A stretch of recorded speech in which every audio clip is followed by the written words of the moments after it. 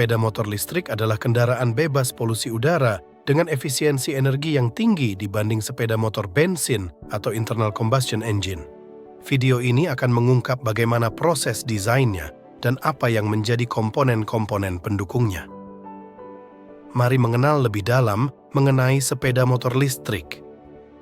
Pada proses desain engineering, perlu mempertimbangkan aspek RAMS, yaitu reliability, availability, maintainability, dan safety. Dalam proses desain dimulai dengan analisa ergonomi yang meliputi antropometri, interaksi manusia dan kendaraan, kenyamanan, keselamatan, dan kesehatan pengguna, juga display dan kontrol. Engineering package adalah salah satu hal krusial pada pengembangan skuter listrik yang meliputi hardpoint, posisi frame skuter, sistem suspensi, pengereman, dan penggerak, juga sumber energi. Desain styling adalah aspek yang menentukan estetika produk yang berdasar dari tipologi kendaraan, DNA desain yang mencerminkan merek industri, serta tren dan gaya hidup pengguna. Untuk memahami skuter listrik secara mendalam, kita dapat membaginya menjadi dua bagian besar. Yang pertama, body shell motor, kemudian sistem-sistem motor yang mencakup frame, mechanical, dan electrical system. Bagian yang paling terlihat pada motor, yang dikenal sebagai body shell, adalah pakaian motor. Terdiri dari panel-panel eksterior yang membentuk desain motor. Material dipilih berdasarkan kekuatan, ringannya beban, dan kemampuan membentuknya. Body shell umumnya dibuat dari berbagai material seperti aluminium, plastik ABS, dan fiberglass. Proses styling kendaraan terfokus pada body shell untuk kebutuhan estetika dan branding, namun juga penting untuk fungsi perlindungan komponen dalam.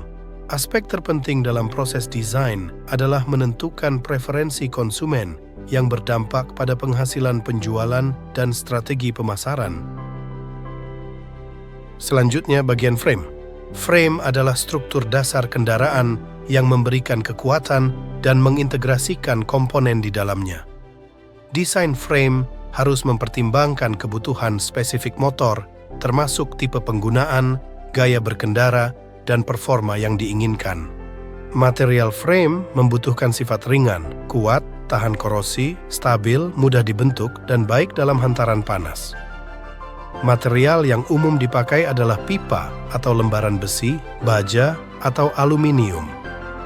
Pembeda frame motor listrik dan konvensional adalah tidak adanya bagian frame untuk penampang mesin dan tangki bahan bakar. Selanjutnya, kita masuk kepada sistem mekanik. Terdapat berbagai sistem seperti sistem pengendalian, pengereman, akselerasi, dan suspensi. Skuter listrik memiliki sistem pengendalian yang melibatkan handlebar untuk mengendalikan arah dan mendukung stabilitas, juga throttle yang mengatur daya listrik yang disuplai ke motor untuk menambah kecepatan skuter. Pengereman pada motor skuter listrik dilakukan dengan menarik tuas rem pada handlebar yang berfungsi sebagai alat pengurang kecepatan. Suspensi motor skuter listrik terdiri dari fork depan dan suspensi belakang, dilengkapi dengan shock absorber untuk meredam getaran dan menjaga kontak roda dengan permukaan jalan. Roda memberikan dasar yang diperlukan agar skuter dapat bergerak aman di atas jalan. Karakteristik roda bervariasi tergantung pada jenis, kondisi, dan tujuan penggunaan skuter. Roda diikat pada swing arm yang terpasang pada rangka. Selanjutnya adalah sistem elektrikal, yang komponen di dalamnya bekerja sama untuk menghasilkan, mengendalikan, dan mengalirkan daya listrik. Komponen utamanya meliputi baterai, motor listrik, controller, DC converter, penerangan, dashboard, wire harness, sekring, dan lainnya. Baterai merupakan inti dari skuter motor listrik yang umumnya menggunakan baterai lead acid atau lithium ion yang dilengkapi dengan sistem pengisian fast charging. Spesifikasi baterai meliputi tegangan, kapasitas, lama pengisian, dan jarak tempuh. Motor listrik mengubah energi listrik dari baterai menjadi energi mekanik. Ada dua jenis motor yang umum digunakan, hub motor yang ditempatkan di roda kendaraan, dan mid motor yang ditempatkan di tengah rangka skuter, seringkali antara pedal dan rantai penggerak. DC converter berfungsi untuk mengubah tegangan listrik sesuai keperluan tegangan komponen-komponen elektrikal seperti penerangan, pengisian USB, dan lainnya. Sedangkan kontroler berfungsi mengatur distribusi arus, seperti mengontrol kecepatan serta torsi motor. Penerangan meliputi lampu depan, belakang, sen, dan lampu lainnya untuk memberikan pencahayaan juga tanda arah. Dashboard berfungsi untuk menyediakan informasi kepada pengendara, seperti kecepatan, level baterai, range, dan lain-lain. Spesifikasi motor listrik memainkan peran penting dalam menentukan kinerja dan kemampuan motor. Faktor ini menjadi pertimbangan pengguna dalam menentukan motor listrik yang sesuai dengan kebutuhan sehari-hari, salah satunya dalam hal jarak tempuh. Untuk mengestimasi jarak yang dapat ditempuh oleh motor listrik, kita dapat melakukan simulasi perhitungan dengan mempertimbangkan beberapa faktor spesifikasi yang umumnya tertera pada motor di pasaran. Sebagai contoh, sebuah motor listrik memiliki berat sebesar 102 kg dengan kapasitas baterai 72 volt 20 ampere dan daya motor 1500 watt, dapat berjalan dengan kecepatan maksimum sebesar 60 km per jam. Maka, berapa jarak tempuh yang dapat dijangkau oleh motor tersebut? Perlu diketahui bahwa salah satu faktor utama yang mempengaruhi jarak tempuh sebuah motor adalah konsumsi energi. Sehingga, langkah pertama adalah menghitung kecepatan linear dan juga energi kinetik untuk mengetahui kebutuhan energi yang digunakan pada motor dalam perjalanan. Kecepatan linear didapatkan dengan rumus V sama dengan 2 dikali Pi, dikali R kuadrat, dikali Omega dibagi 60, di mana Omega merupakan angular speed yang didapatkan dari kecepatan maksimum motor, yakni sebesar 60 km per jam, atau sama dengan 633,4 rpm, sedangkan R adalah radius dari ukuran roda motor.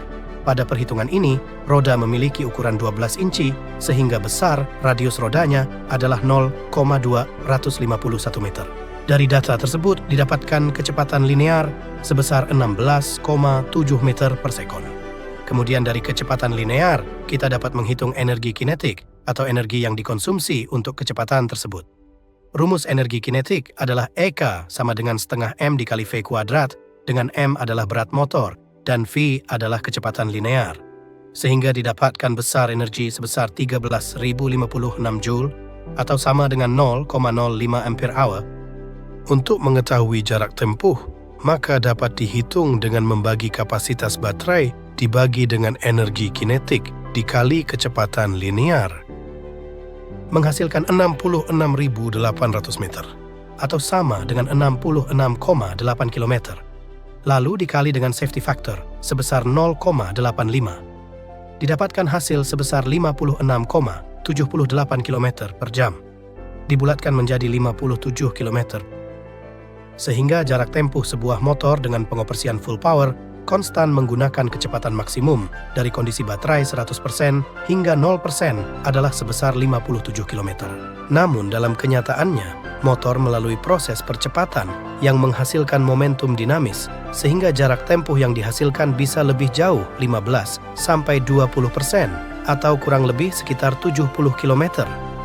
Dari perhitungan dapat disimpulkan bahwa besar kecepatan yang digunakan akan berpengaruh kepada tingkat konsumsi energi dan jangkauan jarak yang dapat ditempuh oleh motor. Semakin besar kecepatan motor yang digunakan, maka konsumsi energi juga akan semakin besar dan jarak tempuh motor pun akan semakin kecil.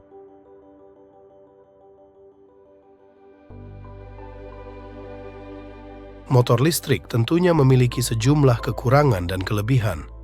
Kekurangannya diantara lain jangkauan yang terbatas, biaya awal yang tinggi, infrastruktur pengisian yang terbatas, juga waktu pengisian yang lebih lama. Namun yang menjadi pertimbangan kelebihannya, yaitu mereduksi emisi gas rumah kaca, efisiensi energi tinggi, biaya operasional rendah, pemeliharaan yang mudah, minimnya suara, dan peningkatan inovasi teknologi.